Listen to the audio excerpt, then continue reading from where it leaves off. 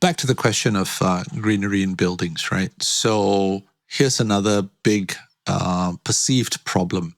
It's got a huge maintenance issue.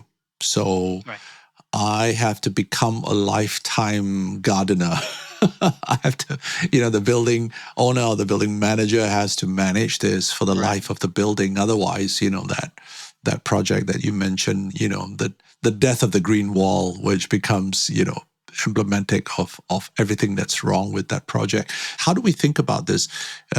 Is it substantial? How is it integrated into the running of the building? Right. I will start by saying that I'm also guilty of this. Right. When Patrick Blanc first came out with his beautiful green wall, I was enamored. I thought this was the bee's knees. We need it everywhere. Right.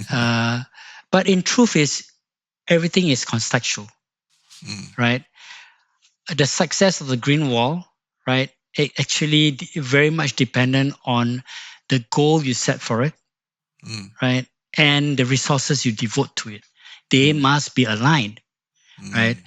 A lot of the people who buy this idea, right, subscribe to this beautiful rendering, right, not thinking that it is a lifetime commitment. So there are many versions of green walls, right? There's the low intensity version, like the ivy growing up a Victorian house, where it requires almost no maintenance, right? And then there's the super intensive, green wall you find on museums and public buildings that requires a lot of resources, water, manpower, and all that to maintain it, right?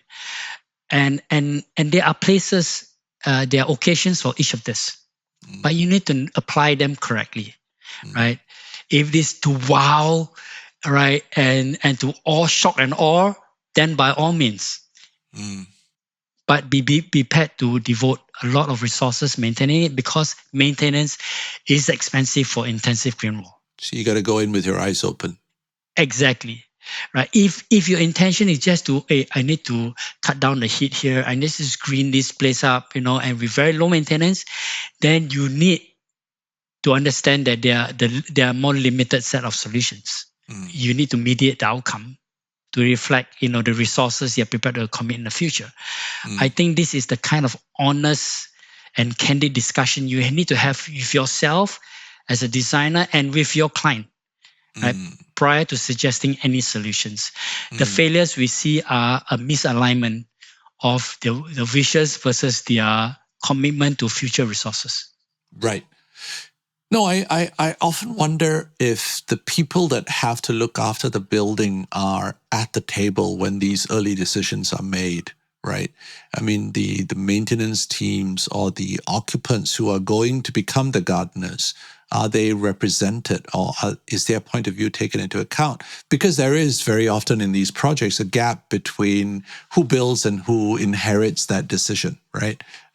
What's been your experience? I mean, first of all, are the maintenance teams sitting at the table? And if they're not, then how do you get their interests positioned clearly? This is a sensitive topic because if you want my honest opinion, I think, there is some conflict of interest involved in the industry when it comes to maintenance. Very often, the suppliers are also the one maintaining it. Right? Because it requires a very specialized skill set. Right. You need somebody who is familiar with high-rise greenery, right? Vertical walls, with the machines required, right? And typically this comes with very expensive maintenance contract. So there are many occasions where there's nobody else but the supplier who can do this, right? And I think that sometimes a misalignment of what is promise versus what is delivered, right? You sell a product, it says, "Oh, this is great. This is easy to maintain." And later, when you start maintaining, you have to replace the plants here on a regular basis. You have to do more maintenance, and this conversation has to happen early. I'm not saying that there is dishonesty here. No, it's just that it has to happen in a transparent manner, so that the client can evaluate the cost, the life cycle cost, not the installation cost, but the life cycle cost, right, before he makes a decision. A lot of times green walls are evaluated based on the installation cost, which misses a big part of the picture.